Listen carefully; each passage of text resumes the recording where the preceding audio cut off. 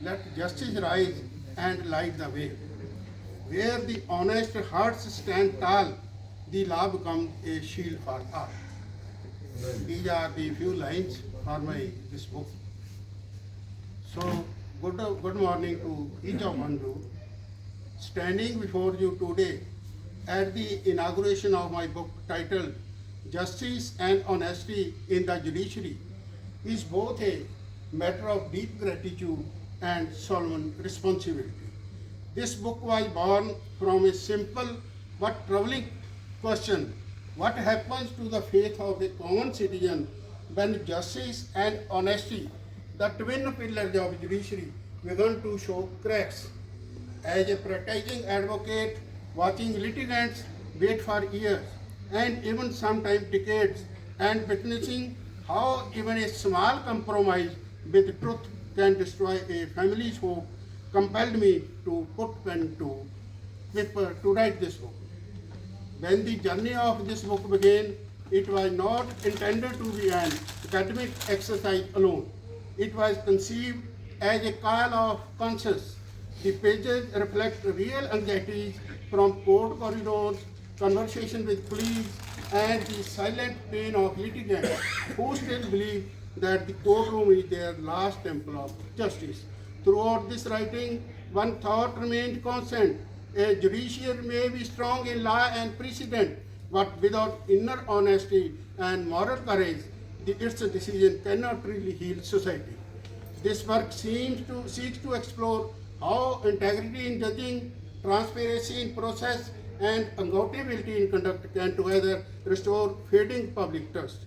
It examines not only the role of judges, but also of lawyers, even senior lawyers, court staff, investigating agencies, and even the Bar Association to protect the sanctity of justice. The aim is modest but urgent: to remind all stakeholders that justice without honesty becomes hollow, and honesty without courage to do justice becomes ineffective. My heartfelt gratitude to Mr. Bipan Nair, President Skora, to whom this book is dedicated and who has also graciously written its foreword. His unwavering commitment to integrity in the profession and his faith in this work gave me immense motivation to complete this journey. I am also grateful to our President, DBA, and Vice President and past Presidents who had given a due regard to my earlier book, and our robust Honorary Secretary, who is not present here, whose leadership in the Bar inspired many of us to fight for a cleaner, more accountable system and to speak up when the ideals of justice are under strain.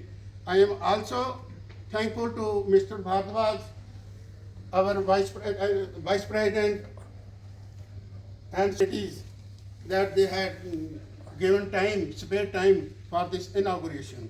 My special thanks goes to all those persons who guided me to write this book, to my family, to my colleagues, to my friends, and to Usha Madam, who is always ready to cover these events. I owe a debt of gratitude to Mr.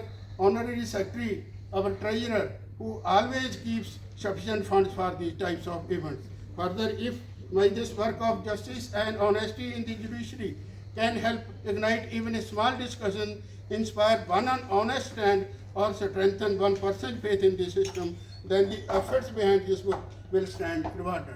Thank you all. God bless you all. Now,